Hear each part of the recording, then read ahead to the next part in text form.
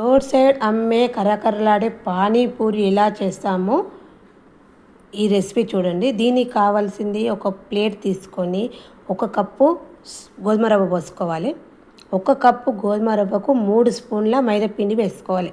ఒక కప్పు గోధుమ రవ్వ అయితే 3 స్పూన్ల మైదా పిండి, చిటికెడు సాల్టు, ఒక హాఫ్ స్పూను సోడా, ఇవన్నీ వేసుకున్న తర్వాత ఒకసారి పొడి గోధుమ రవ్వను కలుపుకోవాలి.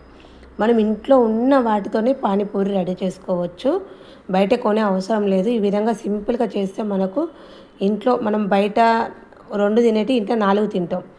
ఇలా పొడి గోధుమ రవ్వను కలుపుకున్న తర్వాత కొంచెం వాటర్ పోసుకుంటూ ఇది రవ్వను అనేది జారుడు పిండి ముద్దలాగా కలుపుకోవాలి. ఇట్లా జారుడు పిండి ముద్దలాగా కలుపుకోవాలి, ఎందుకంటే రవ్వ అనేది వాటర్ను బాగా పీల్చుకుంటుంది.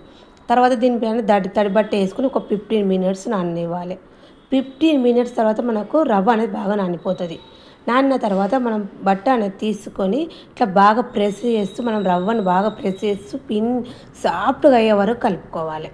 ఇట్లా సాఫ్ట్ అయ్యే వరకు ప్రెస్ చేస్తూ కలుపుకున్న తర్వాత మనం ఎన్ని చేయగలుగుతామో ఫస్ట్ కొంచెం పిండి ముద్దను తీసుకొని బాగా ప్రెస్ చేస్తూ కలుపుకొని చిన్న మన గోటీ సైజు పిండి ముద్దలు చేసుకోవాలి. చిన్న గోటీ ఉంటుంది కదా, ఆ గోటీ సైజు పిండి ముద్దలు అనేది చేసుకోవాలి. ఇలా చేసుకొని మనం చపాతీ పీటను అనేది తీసుకొని కొంచెం పొడి పిండిని చల్లుకున్న తర్వాత మనము పూరీలాగా దీన్ని చేసుకోవాలి. పూరి ఎలా చేసుకుంటామో ఆ పూరిలాగా చేసుకోవాలి. ఒక దిక్కు మందంగా ఒక దిక్కు పల్చగా చేసుకోవద్దు. పూరి అనేది అంతా ఒకే రకంగా రావాలి, లేకుంటే మనకు పూరి అనేది పొంగదు.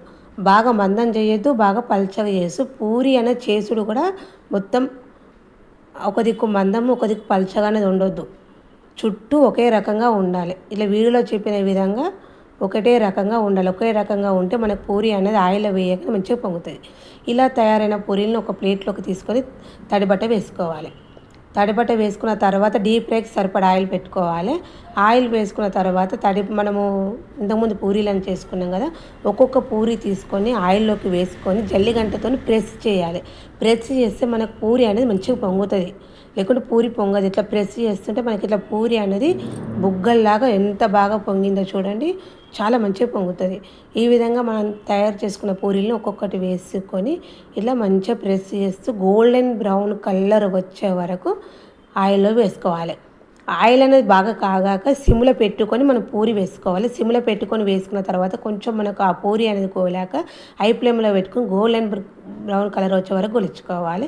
ఇలా గోలిన పూరిని ఒక చేతిలోకి తీసుకొని మనం ప్రెస్ చేస్తే ఎంత సూర్ అయిందో చూడండి, మనకు పూరి పర్ఫెక్ట్గా వచ్చింది.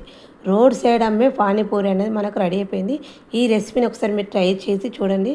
ఓకేనా? Bye friends.